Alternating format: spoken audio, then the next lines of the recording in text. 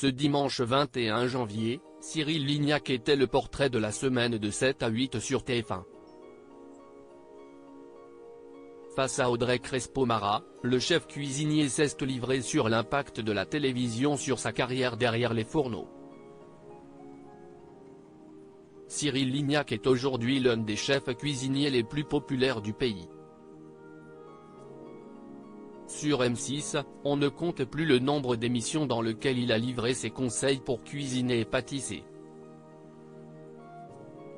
Depuis 2012, il est membre du jury du meilleur pâtissier aux côtés de Mercotte.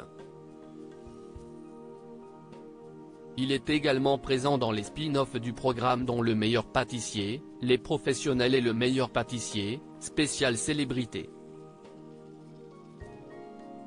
Mais également, il a fait partie du jury de Top Chef pendant 5 saisons. En 2020, pendant la crise du Covid-19, il donnait rendez-vous tous les soirs aux téléspectateurs pour cuisiner avec lui dans Tous en cuisine, en direct avec Cyril Lignac. Les audiences étant si bonnes que le programme revient régulièrement à l'antenne pour diverses occasions, comme les fêtes de fin d'année. Cyril Lignac se souvient d'avoir été snobé par un grand chef. Il passe à côté de moi sans me serrer la main, un succès à la télévision qu'il n'avait jamais imaginé, lui qui a été repéré par une directrice de casting beau jour. Ce dimanche 21 janvier, Cyril Lignac s'est livré à Audrey Crespo-Mara pour le portrait de la semaine dans 7 à 8. Un entretien au cours duquel il explique comment la télévision a mis un frein à sa carrière de chef. En 2005, il fait ses débuts sur le petit écran dans Oui Chef. Mais cela n'a pas plu au chef renommé. À cette époque, CIST pas cette manière-là de faire. À l'époque, c'était les étoiles au Michelin, on devait être reconnu avant d'être connu.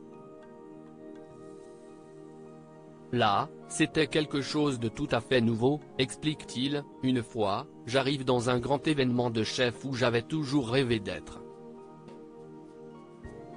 Et là, je tends la main à un chef. Il passe à côté de moi sans me serrer la main. Si est-il un truc qui est dur quand tu es un gamin de 25 ans et que t'as toujours rêvé de ça.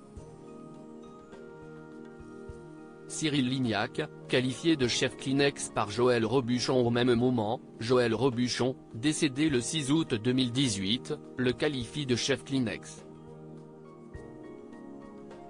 Ça, c'était dur, admet Cyril Lignac. Ça me ramène à mon enfance, précise celui qui se voyait comme un bon à rien quand il était jeune.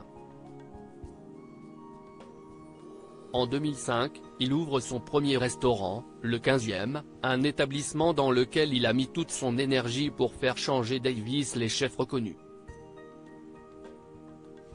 Je savais déjà que tout le monde attendait ma chute, j'avais toute la profession à dos, tous les journalistes à dos et finalement, il fallait prouver qu'on pouvait réussir sans avoir d'étoiles, sans être reconnu et juste parce qu'on est cuisinier, qu'on fait ce métier avec plaisir et que ça marche, confie-t-il.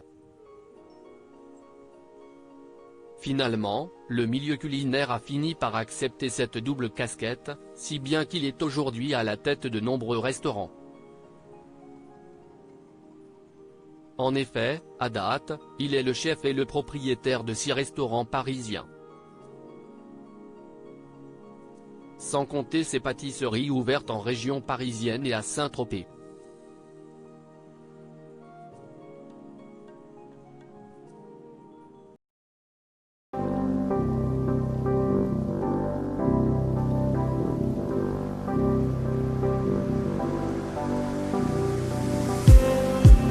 Just need